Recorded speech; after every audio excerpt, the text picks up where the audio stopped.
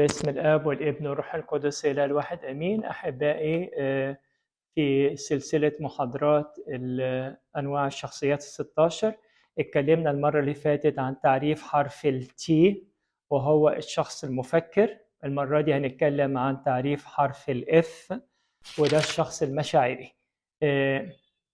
قلنا برضو المفكر هو الإنسان اللي بيركز على المنطق، والشخص المشاعري هو الإنسان اللي بيركز على المبادئ. يعني إيه يركز على المبادئ؟ يعني يهمه قوي الأخلاقيات ويكون حساس تجاه مشاعر الناس والذوق والحاجات دي كلها يعني. لكن الشخص المفكر بيبقى بالنسبة له المنطق هو أهم حاجة يعني، والقرار الصح ده أهم شيء.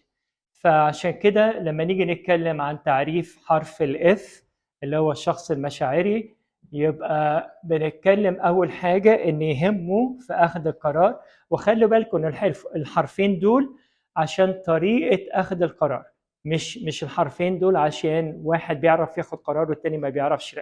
الاتنين بيعرفوا ياخدوا قرار، لكن الطريقة لأخذ القرار هي حرف التي بيتصرف بطريقته وحرف الإف بيتصرف بطريقته. فحرف الإف لما يجي ياخد القرار، الخطوات بقى اللي بياخدها عشان ياخد القرار بيهمه قوي ان الناس هتحس بايه، الناس هتزعل، الناس هتتضايق، الناس هتتحرج. فيحط الاعتبارات دي مهمة قوي وهو بياخد القرار. في قراره برضو بيحاول ان هو يسدد احتياجات الناس. يعني لو القرار دوت هيبقى فيه حتة ممكن يتغاضى عنها، بس مهم ان ده هيبقى لصالح الناس اكتر يعمله. يعني ممكن يتغاضى عن الحتة دي وياخد القرار في صالح الناس.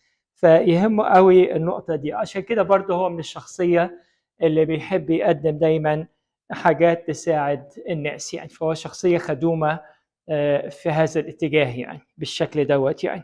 خلوا بالكم من كتر ان الشخص الفيلر يعني او الشخص المشاعري، من كتر ما هو بيراعي مشاعر الناس هتلاقوه احيانا كده يقول كده: هو انا باخد بالي من كل الناس ومحدش بياخد باله مني. عشان هو دايما سباق ودايما هو اللي بيحط الاعتبار للناس اكتر من نفسه. فهيجي عليه وقت ويحس احيانا ان طب ايه، محدش هياخد باله مني في اللي انا يعني حالي او اللي انا محتاجه. هيبقى عنده السؤال ده او العتاب دوت، لان هو دايما بيدي ومحتاج حد يكون برضه بيبادله نفس المشاعر او الاهتمام يعني. خلوا بالكم ان الشخص المشاعري ما عندوش مشكلة يرجع في قراره. ما عندوش مشكلة يرجع في قراره لمجرد ان القرار دوت اساء لبعض الناس. فما عندوش مشكلة ان يرجع في القرار او يصحح فيه يغيره. ما عندوش مشكلة. ده مش ضعف شخصية. خلوا بالكم ده مش ضعف شخصية، لكن لان هو اهتمامه الاول والاعتبار الاول هو الناس. فلو الناس تعبت من القرار دوت يقول لك لا خلاص ممكن نلغيه او ممكن نعدل فيه او ممكن نأجله دلوقتي. الشخص المفكر مش كده. خلوا بالكم الشخص المفكر بيعمل قراره بناء على التحليلات وبناء على الحقائق الداتا اللي موجودة عنده، فبيعمل القرار المهم الصح. هو ما يهموش مشاعر الناس. لكن الشخص المشاعري لو لقى القرار ده تعب الناس او ضايقهم او مش قادرين يطبقوه فممكن يغير في القرار. ما عندوش مشكلة في كده يعني. أهم حاجة عنده الشخص المشاعري هو التنسيق والتناغم والانسجام بين الناس. ما يهموش قوي موضوع ان يوضح القرار بتاعه انه بناء على كذا وكذا وكذا انا اخذت القرار. وما يهموش ان القرار بتاعه صح 100%. زي ما قلت لكم يهمه قوي الناس، وعشان كده يهمه قوي ان يكون في تناغم وفي انسجام وفي تنسيق. ما يبقاش حد زعلان، ما يبقاش حد مهمش، ما يبقاش حد مهمل. لا، يهمه قوي ان كل فرد في صنع القرار ده يكون ليه مكان في القرار يعني. عشان كده برضو لان يهمه التناغم والانسجام تلاقيه يتحاشى المواجهة ويحاول ان هو يغير الموضوع، يهزر لما يلاقي الموضوع هيقلب يعني مواجهة كده في إشكالية. ما بيحبش كده لأن هو ما بيحبش يزعل حد، فبالتالي ما بيحبش أن يبقى في حاجة زي كده يعني، أو نوع من المضايقة والمواجهة بأمور ومشاكل يعني. فيحاول أن هو يغير موضوع أو يقلبها هزار أو حاجة يطلع بره الموضوع خالص، بحيث ان هو ما يصطدمش بحد، ما يحبش ان هو يصطدم بحد. خلوا بالكم ان في كل الحروف مفيش اي فرق ما بين الجندر، مفيش اي فرق ما بين الذكر والانثى في كل الحروف الا حرف الاف. فلما نيجي لحرف الاف هنلاقي ان حرف الاف النسبه الغالبه فيه بتبقى سيدات مش رجال يعني. وبالتالي معلش الست اللي بتبقى مفكره اللي هي حرف التي، الست الحرف التي اللي بتاخد قرارات بناء على الحقائق والادله والوقائع، الحاجات اللي بتستند عليها، وبتاخد قرار ان يهمها انها تعمل الصح، بيقول عليها ان هي ايه؟ انا مش عايز اقول عشان الستات ما تزعلش، بس اللي بتعمل بالشكل ده بيقولوا عليها ست مسترجله. ليه بيقولوا كده؟ لان الناس المشاعريين اغلبهم سيدات، والناس المفكرين يعني او اللي يهمهم الصح اغلبهم رجال. فعشان كده لما بيحصل ان يكون ست من الحرف بتاعها حرف التي، بتبقى الناس بتبص لها على انها جامده، ما بيهمهاش حد، جريئه، مسترجله، كل العبارات اللي هي بيعبروا بيها عن انها ست شديده في قرارها يعني بهذا الشكل. بس ده لا يمنع ابدا برضو ان حرف الاف في رجال، يعني في رجال بيهمهم التناغم ويهمهم الانسجام ويهمهم ما حدش يزعل. وخلوا بالكم مثلا ما نيجي نتكلم في مجال الخدمه او في مجال العمل الروحي، فبرضو من دور الخدام ومن دور الكهنه والاسقفه ان يكون عندهم نسبه كويسه من حرف الاف، عشان الاول والاخر ان يعني زي ما الكتاب بيقول الله لا يشاء موت الخاطي. فبرضه كل خادم وكل راعي مش عايز يخسر حد، مش عايز اي حد يحس ان هو منبوذ او مطرود من الكنيسه، او انه ياخد قرار في الخدمه يهمش بيه ناس كتيره او يبعد بيه ناس كتيره، بيبقى صعب. فهتلاقوا برضه نسبه من الرجال خاصه اللي بيشتغلوا في المجال الروحي هتلاقيهم عندهم حرف الاف مش حرف التي، وده يعني حاجه كويسه مش وحشه لما بيكون في مجال زي كده يعني.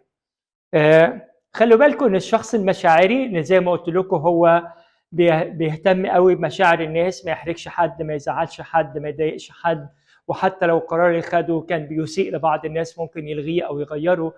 عشان كده دايما الشخص المشاعري ده اللي مشاعره رايحه ناحيه الناس يبص على الشخص المفكر اللي هو حرف التي، يقول ده شخص بارد، ده ما عندوش قلب، ده ايه ده، بيتخيلوا بالشكل ده يعني. طبعا ليكم انكم تشوفوا ان الشخص المفكر اللي بياخد قراراته بمنطق وعقلانيه وبتحليل وبداتا موجوده قدامه بيبص على الشخص المشاعري ازاي. تقدروا انتوا تقولوا التعبير اللي ممكن يستخدمه الشخص المفكر لما بيبص على تصرفات الشخص المشاعري في خطوات اتخاذه للقرار. احنا بنتكلم على ان حرف التي وحرف الاف انهم بيعملوا قرارات، بس الطريقه اللي بيعملوا بيها القرار هي اللي مختلفه.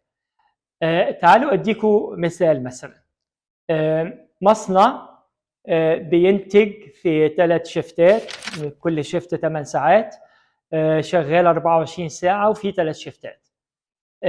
الوضع الاقتصادي اتغير، وان اللي بينتجوا المصنع بقى اكتر من احتياج السوق، الناس مش قادره تشتري كل دوت، فالمصنع محتاج يقلل الانتاج، فهيلغي شيفت. هيجي الشخص المفكر يقول ان الداتا اللي عنده ايه؟ الداتا اللي عنده حجم الانتاج لكل شيفت بيبقى قد ايه؟ الداتا اللي عنده ان حجم الاستهلاك اللي بيخرج للسوق واللي بيتباع مثلا بيبقى قد ايه؟ الداتا اللي عنده ان بيصرف قد ايه والربح اللي جاي قد ايه؟ وبناء على كل الداتا ديت هيشوف مثلا يلاقي ان مثلا الشيفت بتاع بالليل مثلا هو من 11 بالليل مثلا ل 7 الصبح، الشيفت دوت بيعمل انتاج مش كويس قوي، وان ممكن يستغنى عن الشيفت ده. هيروح منزل اعلان يقول ان اعتبارا من مثلا شهر من دلوقتي او شهرين من دلوقتي هنلغي الشيفت الثالث، وكل الناس اللي كانت شغاله في الشيفت دوت خلاص هنمشيهم ونديهم مكافاه بحسب مده خدمتهم في المكان. الشخص المفكر بص على الداتا وبص على الأرقام اللي قدامه وبناء عليها خد القرار. الشخص المشاعري مطلوب منه أن ياخد نفس القرار، أن يقلل عدد العمالة التلت في المصنع. بس الشخص المشاعري مش شرط أن هو يسرح كل اللي شغالين في الشيفت الثالث. يعني مثلا لو لقى واحد شغال في الشيفت الثالث دوت وانه سنه دلوقتي مثلا 57 سنه او 58 سنه مثلا، فاضل له سنتين ويطلع على المعاش، الشخص المشاعري مش هيمشيه. الشخص المشاعري هيخليه يشتغل، هو الورديه الثالثه دي هتتلغي، هيخليه يشتغل في الورديه الاولى او الثانيه ومش هيمشيه. هيبتدي يبص للناس، هو عنده الداتا زي ما المفكر عنده الداتا، بس الشخص المشاعري بيهمه الناس، يهمه ان مين فيهم يقدر يجي عليه ومين فيهم ما يقدرش يجي عليه، مين ظروفه محتاج ان يكمل شغل، مين ظروفه مش محتاج ان يكمل شغل. فهيجي يلاقي مثلا ان في شباب صغير وانه لسه مثلا متعين ما بقالوش مثلا 6 شهور 7 اشهر، هيقول له ان انت تقدر تبتدي في مكان جديد وانك مش محتاج انك تكمل هنا وربنا يوفقك، وهيخليه يمشي. وزي ما قلت لكم يحط اعتبار مثلا لحد فاضل له 2 3 على انهاء الخدمه بتاعته هيخليه يكمل للمعاش. هيحط اعتبار مثلا لواحده مثلا زوجها اتوفى وهو كان بيعمل دخل ولسه الحادث ده ما كملش شهر، فمش هيخليها تطلع من المصنع، هيخليها تكمل. هيحط اعتبارات الناس وهو بياخد القرار. في النهايه الشخص المشاعري هيمشي تلت العماله زي ما الشخص المفكر مشى تلت العماله، بس دوت بطريقه وده بطريقه تانية. فحرف التي وحرف الاف هم ازاي الخطوات اللي بناخدها عشان نعمل القرار. خدنا فكره عن حرف التي في المحاضره اللي فاتت، وخدنا فكره عن حرف الاف دلوقتي في المحاضره ديت. اقعد اسمع الاثنين وشوف انت فين من الاثنين، او بنسبه كام انت مفكر وبنسبه كام انت مشاعري، بحسب ما تشوف الحاجات اللي من ديت بتنطبق عليك، او بحسب ما بتشوف انت في غالبيه صنع قراراتك بتاخد انهي خطوات. وبالتالي تقدر تقول انا في الغالب ببقى مشاعري في اتخاذ القرار، لكن احيانا باخد القرار بطريقه تحليليه ومنطقيه. زي ما قلت لكم قبل كده مفيش حد هو 100% في حاجه واحده، كلنا فينا نسبه من هنا ونسبه من هنا، بس بنميل تجاه اما نكون مفكرين واما نكون مشاعريين على حسب شخص كل واحد فينا هو فين. ما زلت بكمل معاكم في تعريف الحروف الأساسية اللي بيتكون منها الشخصية، وبعد ما نخلص تعريف الحروف هنبتدي نتكلم عن كل شخصية على حدة من 16 بكل تفاصيلها. أشكركم، وفي الحلقات الجاية نتقابل إن شاء الله.